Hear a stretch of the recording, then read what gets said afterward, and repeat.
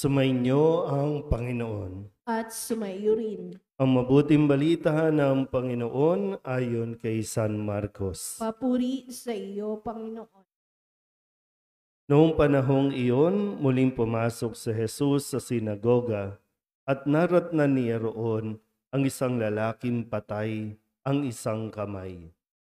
Kaya't binantayan si Jesus ng ilang taong naroon upang tingnan kung pagagalingin niya ang lalaking iyon sa araw ng pamamahinga para may maiparatang sila sa kanya. Tinawag ni Jesus ang lalaking patay ang kamay. Halika rito sa unahan. Tinanong niya pagkatapos sa mga tao, alin ba ang ayon sa kautusan? Ang gumawa ng mabuti o gumawa ng masama sa araw ng pamamahinga?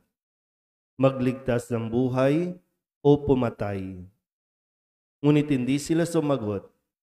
Habang tinitingnan ni Jesus sa mga taong nasa paligid niya, galit at lungkot ang nagbadha sa kanyang mukha dahil sa katigasan ng kanilang ulo. Bumahaling siya sa lalaki at sinabi, "Iunat mo ang iyong kamay." Iniunat naman ng lalaki ang kanyang kamay at ito'y gumaling. Umalis ang mga Pariseo at nakipagsabwatan sa mga kampon ni Herodes upang ipapatay si Jesus. Ang mabuting balita ng Panginoon. Pinupuri ka namin, Panginoong Hesukristo. Umupo ang lahat.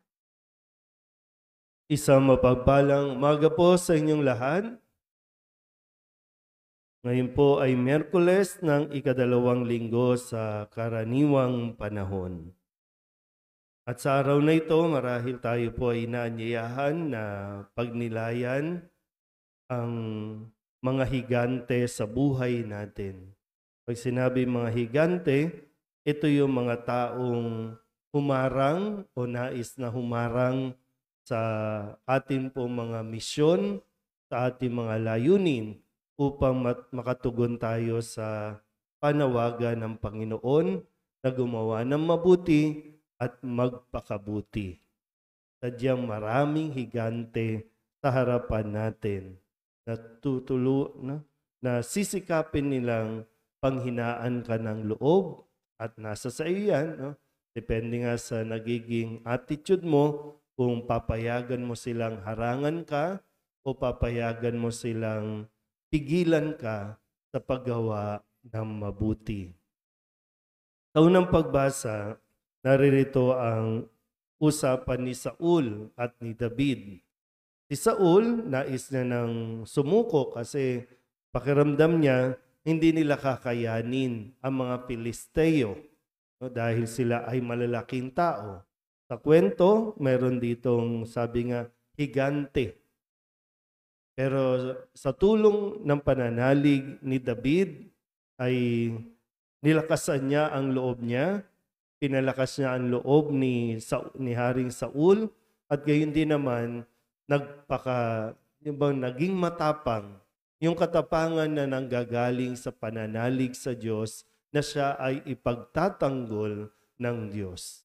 Kaya gamit lamang ang tirador, bato, nalupig niya o tinalo niya itong higanting ito na sa umpisa pinagtatawanan siya. Minamaliit siya. Pero hindi ito para bang nagpababa ng kanyang self-confidence.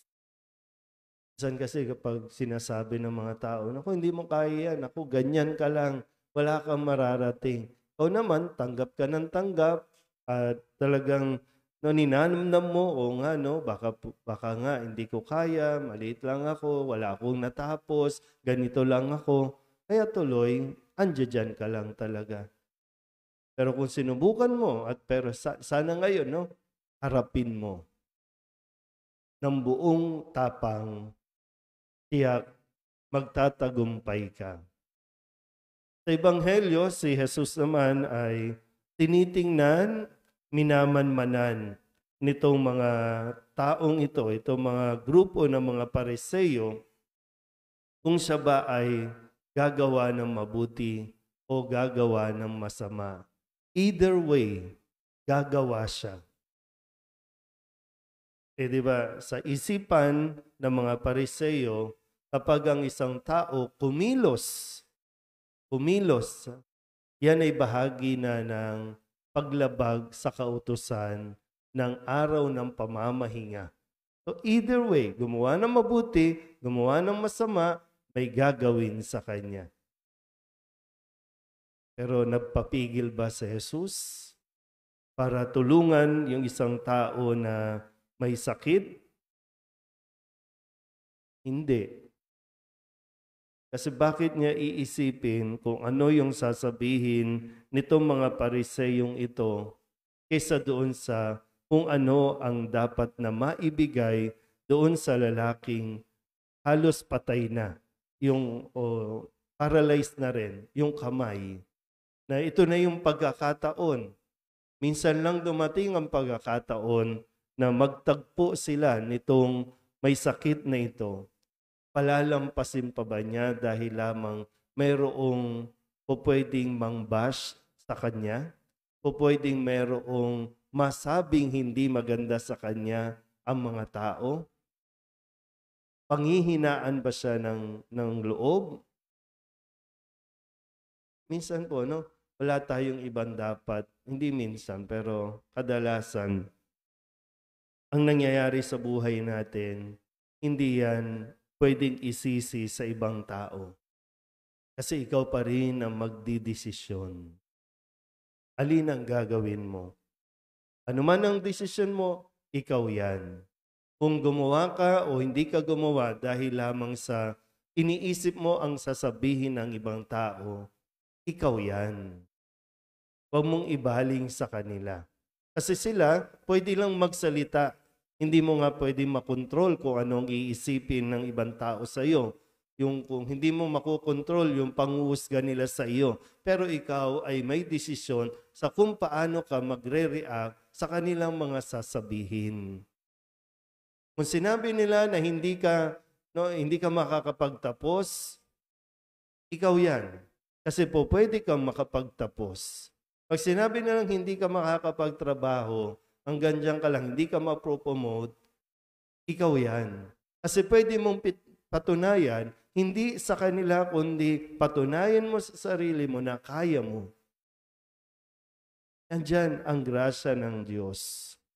Yung pananalig na dapat natin pinaghuhugutan. Baka lang, no? May mga frustrations tayo sa buhay, na ito lang ang narating ko, ito lang ako, kasi naniwala ka sa mga higanteng humarang sa iyo. Dapat suungin mo. Baka may pagkakataon pa, mayroon pa tayong panahon, pwede pa natin itong labanan. Magpakatatag ka lang, yung iyong pananalig, lakasan mo lang at magtiwala ka sa Diyos. Mahaharap mo yan at malalampasan mo. Amen?